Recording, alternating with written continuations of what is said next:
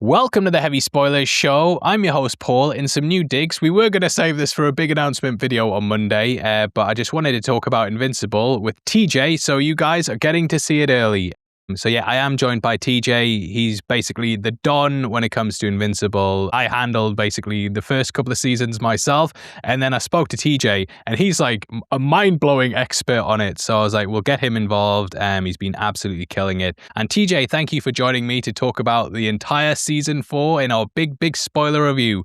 So, going into it, what are your feelings as we wrap things up? I mean, first of all, thank you for having me. It's fun being in front of the camera this time, but I mean, what a season, man. I mean, I literally, for me as an Invincible fan, I couldn't really have asked for anything more. I said, we've talked, a lot before about, I think for me, like issue number 74, 75, The Invincible War is probably my personal favorite. I mean, there's a lot of other great things, but seeing that translated onto the screen, plus all the additional just, character growth and all the stuff with Mark and Nolan, I couldn't ask for more as an Invincible fan. Yeah, I do feel like this was the strongest season overall, and it is the one I've kind of been waiting for us to get to, because obviously, we've read the comics and stuff, so we know what's coming. And there were some points in like season 2 and season 3 where I'm like, oh, I really wish they could sort of skip through this stuff because it gets so good later on. And when I was seeing complaints about the story and stuff online, I was thinking, please just keep watching the show, guys, please, and make sure it's not cancelled as well, because when we hit like the point where Thragg's introduced, it just, from here on out, it is just non-stop all the time. And there's so many good arcs coming up as well. Stuff like what happens with Robot and Monster Girl. There's some time travel stuff and alternate universes. And overall, I think we're in for a really good treat. But I was so glad that we've kind of hit that point now in the show as well, because for as good as the stuff before it's been, I always felt like the build up to Thragg is like the first half of the story, and then once he enters the picture, then that's kind of the rest of Invincible and what the real threat is. Because it's nice seeing Conquest and Anissa popping up from time to fight, but you don't really get necessarily what the Viltrumites' motivation is beyond like a few throwaway lines where it's like, we want to make the galaxy a better place by enslaving people. And I think Thragg's introduction is where things really start to come together in terms of the story, and it just gives us a proper big antagonist, because I don't know if the story necessarily had that up until this point. Obviously, Nolan was the big bad guy, but it was Mark's dad, and you kind of saw him conflicted about a lot of things, so he never really seemed like the true threat, whereas Thragg is just terrible from the off. And yeah, I just think they've done a fantastic job with this season across the board.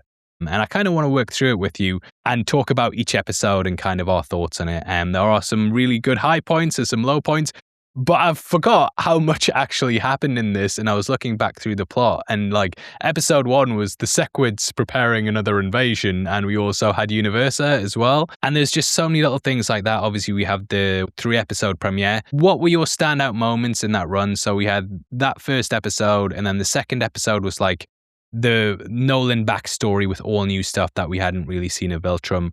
And then episode 3 was Machine Head and Titan and Mr. Lou's attack and all that stuff. They just will not let go of Machine Head and the Order.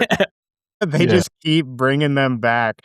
But yeah, I mean, the first 3 episodes, like always, we kind of set up a lot. And now that the season is over, we see that we didn't pick up all of those threads. I mean, Dinosaurus is still hanging around out there. But I think, honestly, this might sound kind of like lame, but the thing that really pops into my mind when you just asked me about episodes 1 through 3 is the first scene of the season where Mark is flying through and like everyone's trying to rebuild the city, and, he stops his monster.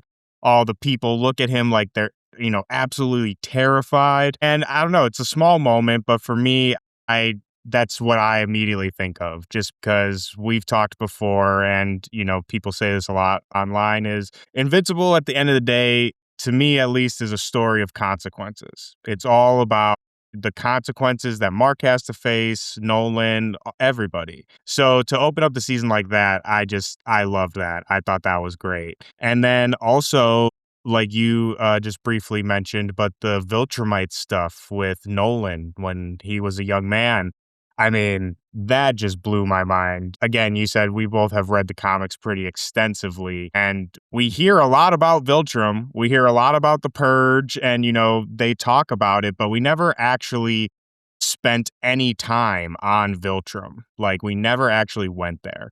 So the fact that we went there multiple times this season, but especially the one in that first 3 episodes with Nolan facing his test of manhood, if you would, that was just like chef's kiss. Like, coming from the comics, I feel like that was a perfect little thing that, like, I would assume most of us who have read the comics would have wished to have seen, like, when we hear the stories of the Purge. So the fact that we got it in these, especially first 3 episodes, I thought was fantastic.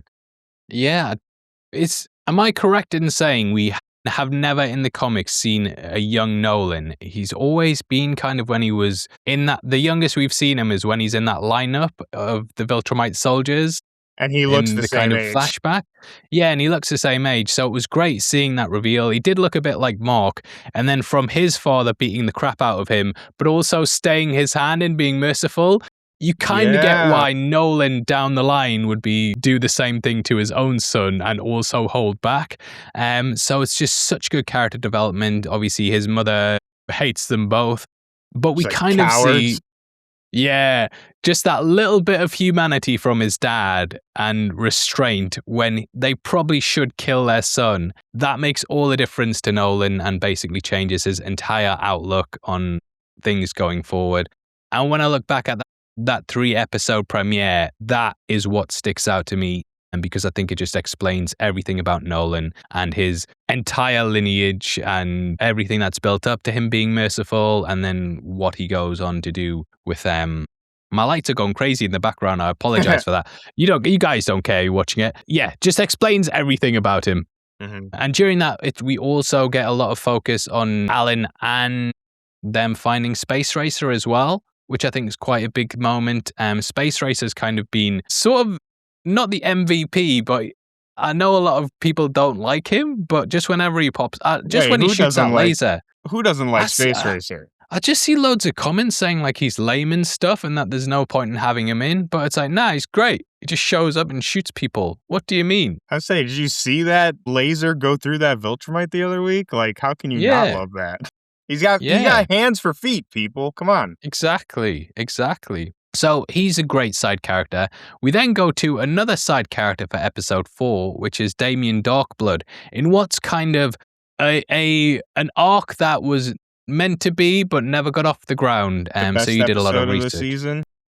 Yeah, I'd say it's the worst episode of the season, and I think a lot of that might change when we have all of the seasons out and can kind of understand how this fits into the bigger picture. Because there probably is some filler episodes throughout the show that we excuse because we know they're not really filler and they're building towards things in the long run. But with Damien Darkblood, we don't really know how it's going to pay off. So it's a bit, yeah. I think maybe if there's a massive payoff with the devil and Damien down the line, it'll be like, well, they had to do this to build this. A lot of people say it's a filler episode. I personally don't feel it will be because it does layer things in and sort of create a path going forward. But yeah, I can understand where people's reaction to this, I feel, probably is justified if they don't like it. Yeah, but I think you're 100% right. I mean, I don't think that they're just introducing things for no reason. I mean, who knows? I mean, Kahor could be, maybe. He could just be a Yeah. joke, but I think they're for sure going to bring Damian Darkblood and like that whole hell storyline back and have it play into something. I'm not sure. Like, as well, this is not something in the comic books. Darkblood just kind of screws off in issue 13, I think. So they could really do whatever the heck they want with it. But I would imagine, what the heck do I know? I would imagine that they would try and fit that in with a pre-existing storyline, like from the comics, possibly something from the Guardians of the Globe, which I've been campaigning for like 3 years now. Yeah, definitely. I do feel it will pay off down the line. But it's also just nice because, yeah, like you said, Darkblood was kind of just dropped in the comics. And we've always wondered what would have been how the original plan would have came to fruition. In case you guys watching this don't know, Robert Kirkman was going to have the reveal of Omni-Man in, I think, issue 25. And he was basically told, look, the sales aren't good, mate. You're going to have to move this storyline up. So they dropped it in issue 7, I believe. But because of that, he had to scrap a number of storylines, including Damian Darkblood, and we never really got the payoff. And even in like season 1, when they sent Darkblood to hell, I was kind of like, all right, well, this must be the show's version of doing that and kind of giving it a bit more gravitas. But to see him come back, was it last season was the first time we'd seen him ever since season 1? I think that post-credits scene with the devil, yeah, that was a bit weird. There might have been another one, but I'm blanking on it. I think that might have been it. I think this episode will be something that probably improves over time. I enjoyed it. I thought it was a nice break from the main storyline. And like I said, we're getting stuff that we didn't expect to ever see. And just the way they've kind of tied it in with Hell as well, it adds a new element to the Invincible universe. Who knows? We might even get Spawn popping up. But that takes us into... Yeah, I mean, he's in the comics, so owned by Image as well. Who knows what could happen? But episode 5, I think, is when the series really hit the ground running, and that was kind of the big turning point where everything just went crazy. So we had the introduction of Tech Jacket there, who was a woman, and people were going fucking crazy. What the hell is this? But what? Judging by Kirkman's comments where he's like, I feel like we needed to just be a bit more inclusive of women, I can understand that. And I don't think Tech Jacket's one of those characters where I'm necessarily beholden to like the gender of the character. I don't feel it's something like, you know what I mean? Yeah, I don't think Mark even likes Tech Jacket in the comics. So people like claiming that Tech Jacket plays this like whole massive role in Invincible comics. I'm sorry, but that's just not true. Like Tech Jacket is basically Alan's friend, and him being a girl does not change her friendship with Alan. So yeah, like I said, they don't really care about her. We can see in episode 8 they completely ignore her. Yeah. It makes it more sexist in a way. Yeah, right? Jerks. Yeah. So I think Eve in this episode also decides not to tell Mark that she's pregnant, and then he heads off into space. And that's when they're hit with the coalition, the Viltrumite cruiser, led by Conquest. Lucan is there, Crad is there, and then we have a massive fight with Conquest. It's the rematch. Incredible fight. One of the standouts of the entire show. And I'll always remember Oliver just being in the sky and Conquest just popping up behind him in a brief second. That was such a good shot.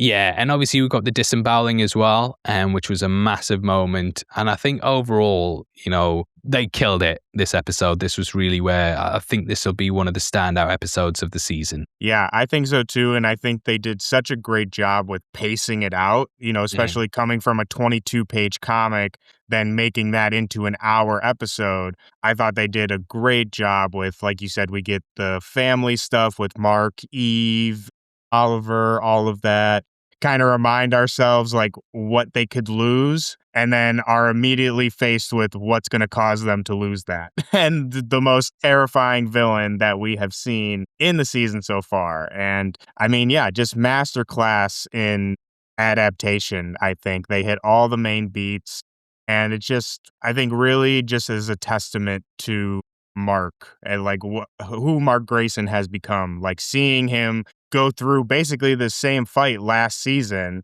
and now he's pushed to like the ultimate edge, something we were like questioning last season, like you know, will Mark cross the line, and you know, would he kill someone? Yeah, he'll kill someone for sure. And you know, there we really saw him pushed to the absolute limit. And, you know, we'll see how that affects him and forces him to grow even more as we move forward, especially in later seasons. Yeah, I know. I totally agree. I think this is a brilliant episode. And then we go into kind of the calm after the storm for like the first half of episode 6, which is when Mark's just basically laid out, recovering. Nolan and Oliver are kind of starting off on frosty grounds, which is something that wasn't really in the comics, and they develop their relationship throughout this episode because Oliver's kind of cast to the side almost throughout the story, but he never really seems that bothered that he is. When you read the comics, he's always kind of accepting of it, of like, Mark's the number one and I'm just kind of the little brother. And it's nice seeing them kind of, I think one of the strengths of this season is how they take a lot of relationships in the comics that were just kind of brushed past. For example, Debbie and Nolan, she's a lot more forgiving in the comics and just basically doesn't care that he's like fucked an ant lady, doesn't care that he nearly destroyed the planet, doesn't care that he nearly killed their son. And she's just more like, you're back. Well, me and Paul have broke up. Let's get back into bed. And they give her a lot more to do, I feel.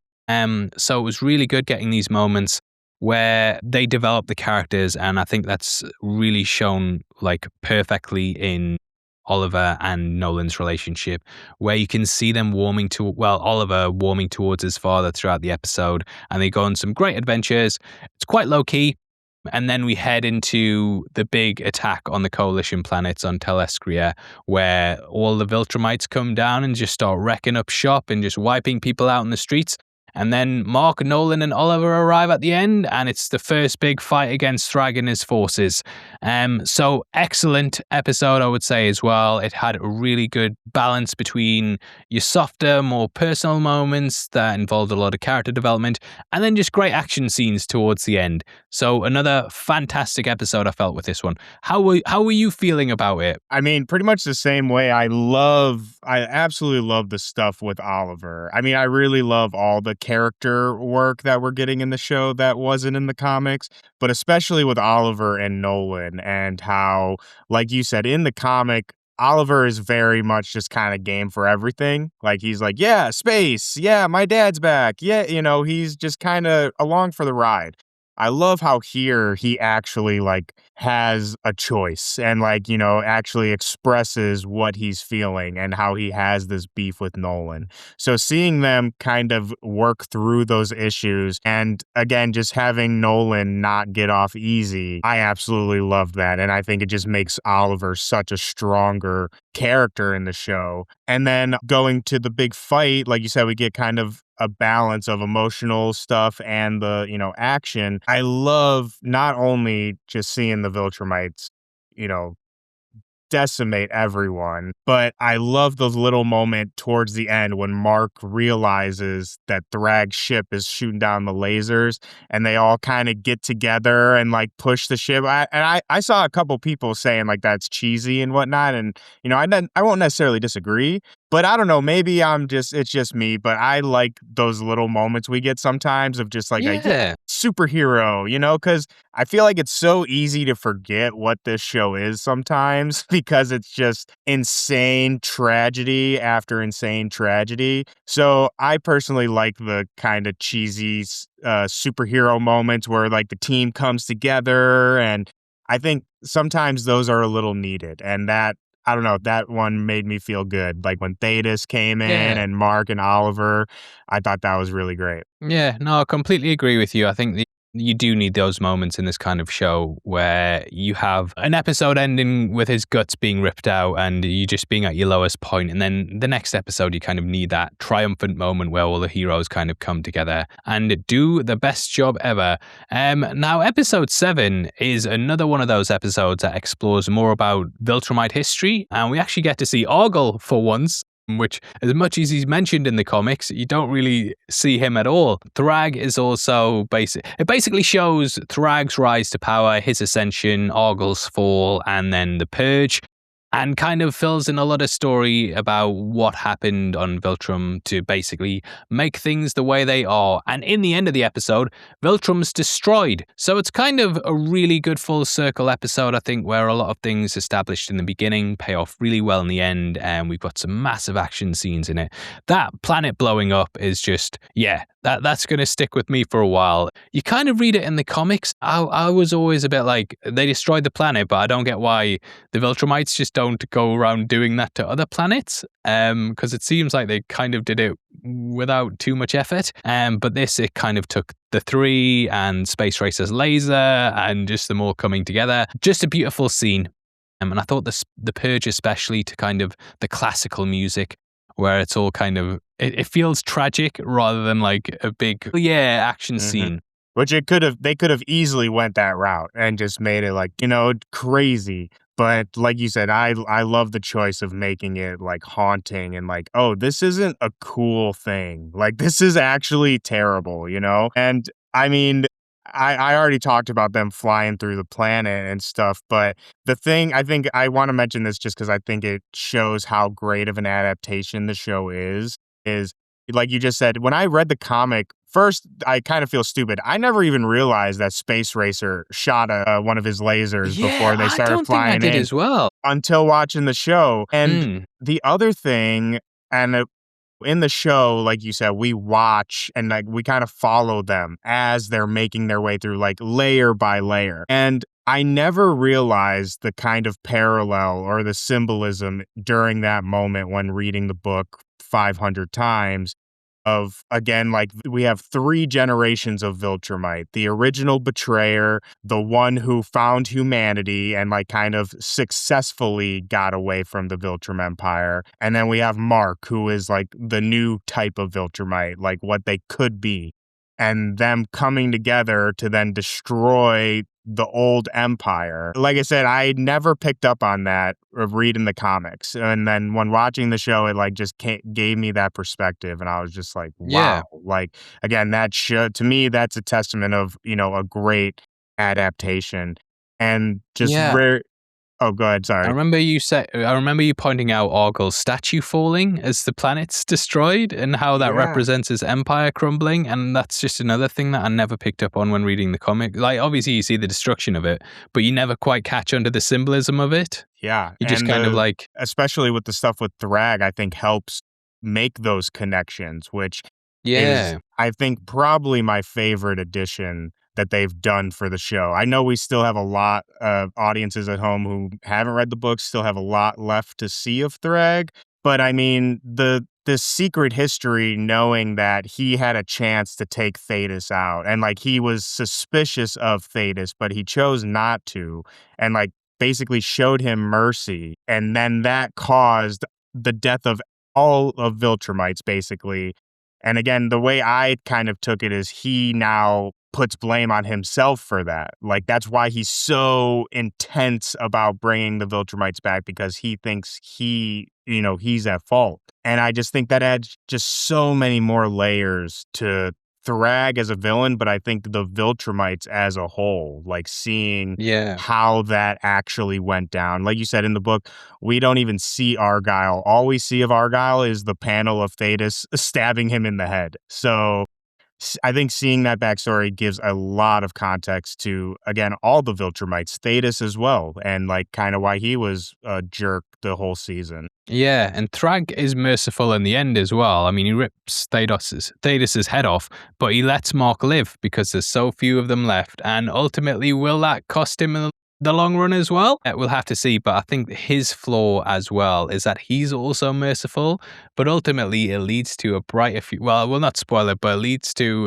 something down the line. And that kind of takes us into, well, firstly, I want to say the switch up on Thragg after this episode was quite insane, because I know people were like hating on Lee Pace before this, but if you've ever seen Foundation and how he is as Empire, he's phenomenal in that show. Genuinely, if you haven't seen Foundation, go and watch that show just because of how good he is in it. And if you're into Invincible already, then you're already on board with it, because it's very good sci-fi. I will say it's very, very good sci-fi. And you can kind of see it's the kind of Game of Thrones in space. And there's lots of fantastic stuff that happens in it. And he plays just a fantastic villain, but also someone you can relate to as well, which I think he's brought to Thragg too. Because in the comics, I was like, always like, well, Thragg's a dickhead. I like the guy. He's a good villain, but he didn't have that complexity, I didn't think, which they really added to the show. And they kind of build upon that in episode 8, where Mark returns to Earth and he's imagining the Viltrumites kind of wrecking shop, and he's getting constant PTSD flashbacks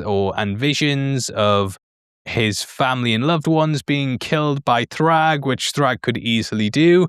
And he's just living in a constant state of anxiety. I know the criticism around this has been that it's a step down in terms of where things were at in episode 7, but I think in terms of the characters and what it does for the future, that it works really well, and it would be difficult to kind of maintain that upward slope of what you would have to do to kind of top episode 7 on an action level, and it kind of brings the tone down. It's more about conversations with the characters, and in the end, ultimately, it also comes down to a conversation between Thragg and Mark, in which Thragg's like, look, we're going to stay on Earth. We could fuck this place up if we wanted to, mate. We're going to see how it goes down. We're going to make a deal. We'll not mess about, but you've got to let us live here.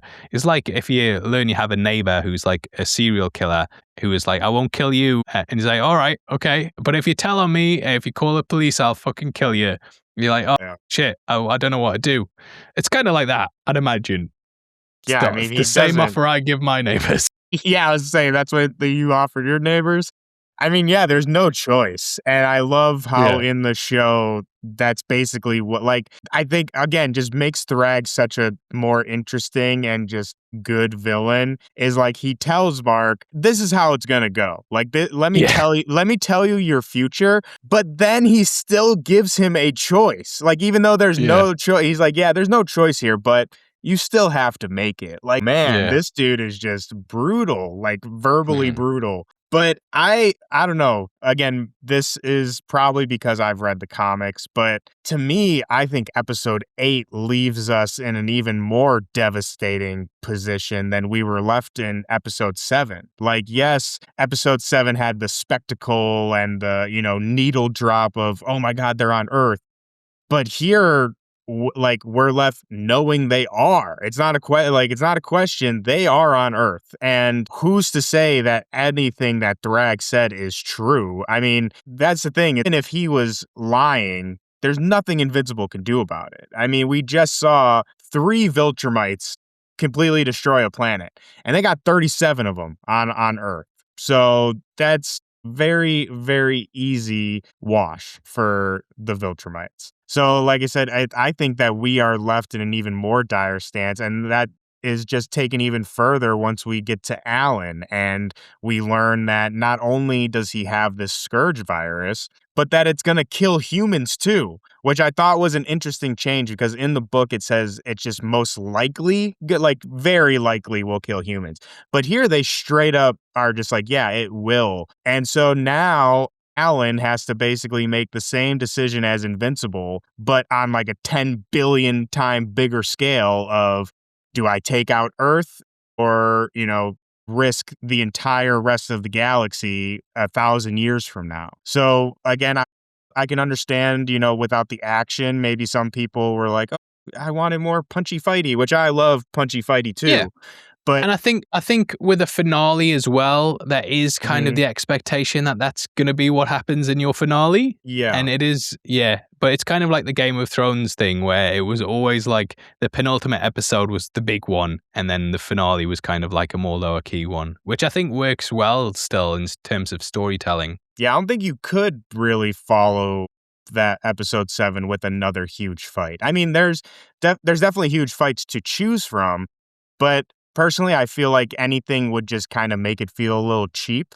And, it's like you gave us this huge fight. Now let's deal with the ramifications before the next huge big thing, right? I feel like if you're just immediately trying to outdo what you did last episode, it could maybe get a little fatiguing. Yeah, I think 7 is kind of your finale, your final chapter, and then 8 is the epilogue of kind of like, look, here's the characters 100%. recovering, and here's kind of laying the groundwork for what's going to be happening in season 5. So yeah, I really liked it, and overall, I think the season worked really well, kind of building in all these themes and the escalation throughout of destruction. And that's a constant theme throughout, even like Universa coming to Earth to destroy, to take planet like power back to her own planet is something that echoes throughout the season. And ultimately, in the end, Thragg decides to go against destruction and more towards assimilation, but it's on his terms. And I just think it works so well, the season as a whole. I am really excited to see season 5. I know the Viltrumites aren't going to be in it that much, if at all. Obviously, we are working on a prediction video at the moment, which will kind of go through the next phases of the story, which TJ put together. So we do kind of know what's going to happen. But I do wonder if they're going to change it to kind of keep Thragg around, because otherwise, like, it's going to be 2 years before we see him again, potentially. Yeah, I mean, if you're asking like my personal opinion, again, from like being a comic fan, I think it would be kind of cool if we just did not see them at all until like maybe the last like episode or two of season 5, just to kind of like play off of, what Thragg said. Like, you will have no idea that we're here and we're just going to be doing stuff. So I think that would be cool. But like being more realistic and just like, knowing how TV works and TV audiences, I do feel like they would probably show us at least a little bit of what they're doing on Earth, just to remind people at home, like, just remember, like, they're still here, they're still Craig's still smoking cigarettes and wearing denim jeans. Yeah. Don't forget. So again, personally, I would like to keep it just kind of a mystery, but I would imagine we're going to see them pop up a couple times. Not do like anything major as in terms of like, the story or the plot, but I would be shocked if we don't see Craig's blue jeans or Lucan's new tie again. Yeah. Even just him riding by in the background on a motorbike, and maybe Mark taking a second look in the middle of a chase against another villain or something. Which again, like how do they crashing into a building where Anissa is? Yeah, it's again, how do they pick these jobs too? Like, Craig gets to be chilling, and Lucan's has to wear a suit and stuff. Like, I'd be like, can I be a biker too? Happy. Yeah, make a gang. But yeah, thank you for joining me. It was nice just kind of going back through the season and talking about it. So yeah, is there any final thoughts you have towards Invincible? I feel I've talked mine. Or is there anything you want to shout out? Shout yourself out. I mean, yeah, shout out Invincible. I mean, this show's been fantastic. It's been awesome covering this every season basically so far. But I'll just shout out heavy spoilers, because it's been an absolute dream being able to work on these seasons with you, Paul. It's been so much fun. Thank you everyone out there that's tuned into the breakdowns. It's so crazy. The views have been insane. Like, I've been blown away by it. I just can't believe it. And then every week I'm like, I'm gonna definitely have to dress up this week, because so many people are watching.